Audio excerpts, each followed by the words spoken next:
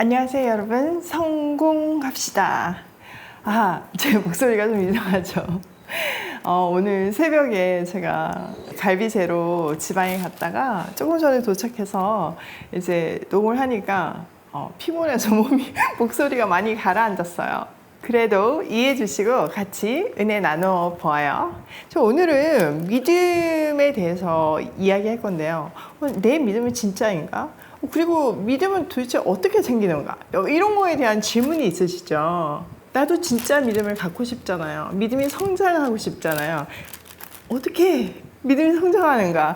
그 방법에 대해서 하나님이 알려주고 계세요. 자, 하나씩 살펴보도록 할게요. 15절, 주님의 천사가 하늘에서 두 번째로 아브라함을 불러서 말하였다. 주님의 말씀이다. 내가 친히 맹세한다. 내가 이렇게 너희 아들까지, 너의 외아들까지 아끼지 않았으니 내가 반드시 너에게 큰 복을 주며 너의 자손이 크게 불어나서 하늘의 별처럼 바닷가의 모래처럼 많아지게 하겠다. 너의 자손은 원수의 성을 차지할 것이다.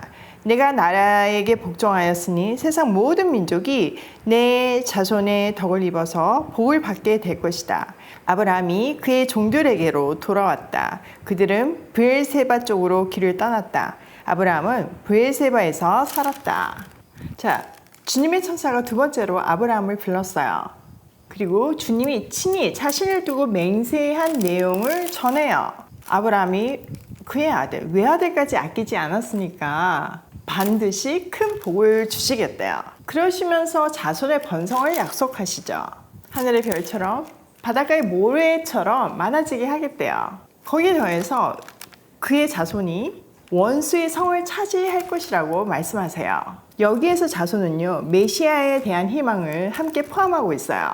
그래서 갈라디아서 3장 16절에서는 여럿이들이 아니라 오직 하나, 곧 그리스도라고 말하고 있어요. 그렇다면 원수는 누구이며 원수의 성은 무엇일까요? 여기서 후손이 단순히 아브라함의 후손을 말할 때는 당연히 지금 정복해야 할 가나안 땅 인근의 민족들을 원수라고 말할 수 있겠죠.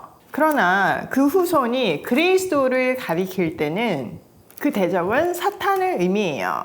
이때 원수의 성을 차지한다는 말은 창세기 3장 15절 원시복음, 여자의 후손이 뱀의 머리를 상하게 할 것이라는 또 다른 표현이라고 볼 수 있어요. 즉 아브라함의 씨인 메시아가 그 대적인 사탄을 무찌르고 승리한다는 뜻이죠. 이렇게 아브라함 일행은 집으로 돌아와서 브엘세바에서 살았어요. 자, 이 본문의 키포인트는요, 순종이에요. 우리가 어제 살펴본 것과 같이 창세기 15장에서 아브라함이 하나님의 말씀을 믿을 때 그것을 의라고 여겨주셨잖아요. 이것은 법적인 용어로서 의인이라고 판결을 내려주셨다는 말이에요. 그러나 믿음으로 의인은 되었지만 그 믿음이 진짜 믿음, 깊은 믿음이 되기까지는 사실 시간이 오래 걸렸어요. 지금 우리가 살펴본 사건들을 생각해보면 얼마나 많은 시간이 흘렀나요? 하나님은 여러 사건들을 통해서 하나님이 어떤 분인지를 알려주셨고 그 발걸음을 따라 아브라함의 믿음이 성장하게 했어요. 드디어 하나님이 그 믿음을 테스트해 보실 때 그는 그 외아들을 내놓는 믿음을 보인 거죠. 테스트에서 합격했어요. 아브라함이 하나님의 말씀에 순종해서 3일 동안 모리아 산을 향해서 가면서 정말 많이 질문하고 번민이 있었을 거예요. 주신 말씀에 근거해서 수도 없이 확신하는 과정이 있었을 거예요. 그리고 그동안 경험하였던 하나님의 성품을 떠올려서 하나님이 그럴 뿐이 아니라는 확신을 가졌을 거예요. 그리고 결론을 내린 거죠. 불가능한 몸에서 생명을 주신, 이삭을 주신 그 하나님께서 만약 이삭이 죽었다고 해도 다시 살려내실 거라는 확신을 가지게 된 거죠. 부활신앙을 가지게 된 거죠. 그동안 자신이 경험하였던, 지금까지 알아왔던 하나님의 인격을 종합하면서 하나님의 성품을 종합하면서 마지막 마음을 먹었을 거예요. 그리고 모든 일을 하나님께 전적으로 맡기기로 결단하고 하나님의 주권을 행동으로 인정했어요. 얼마나 피말리는 과정을 통과하면서 순종의 자리까지 나아갔는지 그의 입장이 되어서 그의 마음을 헤아려 보면 어느 정도 상상할 수 있어요. 성경은요, 처음부터 끝까지 하나님은 누구신가에 대해서 알려주고 있어요. 시대에 따라서 수많은 등장인물이 있고 그 등장인물이 자기의 인생 속에서 다양한 사건을 통해서 하나님을 알아가는 모습을 통해 우리에게 하나님이 어떤 분인지를 알려주고 있어요. 이렇게 아브라함과 동행하면서 하나님이 어떤 분이신가를 함께 알아와 보니까 진짜 믿음의 눈금이 한 줄 더 생긴 느낌이에요. 자, 20절. 이런 일이 있은 지 얼마 뒤에 아브라함은 밀가가 자식을 낳았다는 말을 들었다. 밀가와 아브라함의 동생 나홀 사이에서 아들들이 태어났는데 맏아들은 우스이고 그 아래 부스와 아람의 아버지 그무엘과 거셋과 하소와 빌다스와 이들락과 부두엘과 같은 동생들이 태어났다. 부두엘은 리브가의 아버지이다.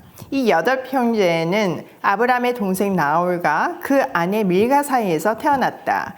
나홀의 첩 루마도 데바와 가함과 다하스와 마아가 등 4형제를 낳았다. 자, 뜬금없이 나홀의 족보가 등장했어요. 자, 성경에서 족보가 등장하면 무슨 의미라고 했나요?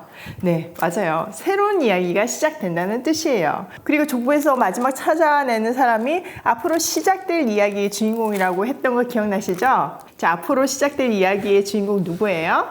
이 족보가 누구를 찾고 있어요? 네, 맞아요. 리브가예요. 이삭의 아내이죠. 약속의 후손을 낳을 리브가니까 얼마나 중요해요. 이렇게 이삭의 아내 리브가의 이야기가 등장한다는 것은 아브라함의 아들 이삭을 통해서 이루어가실, 성취하실 하나님의 축복의 서막이에요. 약속이 지금 성취될 것이라는 것을 보여주는 것이죠. 아브라함의 후손 이삭을 통해서 하나님의 구속 역사가 어떻게 펼쳐질지 너무 기대되시죠? 내일 이 시간에 만나요. 자, 오늘 내용을 우리 삶에 한번 적용해 보면요. 첫 번째, 믿음은 행함으로 증명된다. 여러분, 우리가 머릿속에 있는 믿음, 우리가 정말 가슴속에 있는 믿음이 진짜인지는요, 우리가 순종함으로 행함으로 믿음을 행할 때 증명돼요. 그때 믿음이 실제가 되는 거죠. 히브리서에 보면 믿음은 보이는 것들의 실상이라고 그러잖아요. 허상이 아니고 있을 수도 있고 없을 수도 있는 게 아니라 실제예요. 그렇기 때문에 우리 안에 믿음이 있으면 그 하나님의 뜻이 우리 삶에서 펼쳐 나와야 된다는 게 너무나 당연한 일인 거죠. 두 번째, 성경은 하나님이 어떤 분인지 알려준다. 하나님 너무 궁금해요. 성경 읽으시면 돼요. 근데 성경을 읽는다고 사실 하나님이 알아지는 건 아니에요. 성령께서 조명해 주셔서 깨닫게 해 주셔야지만, 우리가 은혜를 입어야지만 이 말씀이 깨달아져요. 저는 매일 아침 이렇게 묵상을 하면서 정말 하나님이 나랑 동행하시는구나, 너무 세밀하게 깨달아요. 아주 살갑게 그냥 숨결이 느껴지는 것 같아요. 제가 오늘 아침에도 갔다 오면 몇 시가 될지도 모르겠고, 또 너무 피곤하면 이게 머리가 잘 안 돌아가잖아요. 근데 이게 초집중을 해야 말씀이 이렇게 연구가 되거든요. 그래서 제가 새벽 3시에 일어나가지고 지금 말씀 준비하고 갔다가 와서 이렇게 목소리도 잘 안 나오는데 녹음을 하는 거예요. 이게 내 의지로, 내 열정으로 할 수 있는 일은 아니라고 생각해요. 하나님께서 힘 주시고 은혜 주시니까 또 말씀이 너무 재밌고 이 안에 있는 보화를 캐고 싶으니까, 또 이 보화를 나만 아는 것이 아니라 여러분께 나눠주고 싶으니까 일을 하는 거잖아요. 이거는 정말 하나님의 동행하심의 증거예요. 저뿐만 아니라 이 말씀을 듣고 있는 여러분에게도요. 세 번째, 우리의 믿음은 하나님의 오랜 열심과 사랑으로 만들어진다. 지금 아브라함만 보세요. 얼마나 오랜 시간 동안 기다려주시고 이끌어주시고 때로는 침묵도 하시고 혼도 내시고 막 그냥 기적도 보여주면서 그 인생을 이끌어 오시나요? 아브라함은 중간에 포기도 했잖아요. 그쵸? 막 몰라서 이상한 행동도 했잖아요. 근데 하나님의 열심과 그 넉넉한 사랑이 아브라함을 정말 그리스도의 장성한 분량까지 가게 하잖아요. 결국은 그 믿음이 순종으로 승화되잖아요. 우리도 그렇게 할 수 있어요. 아브라함의 하나님이 나의 하나님이기 때문이죠.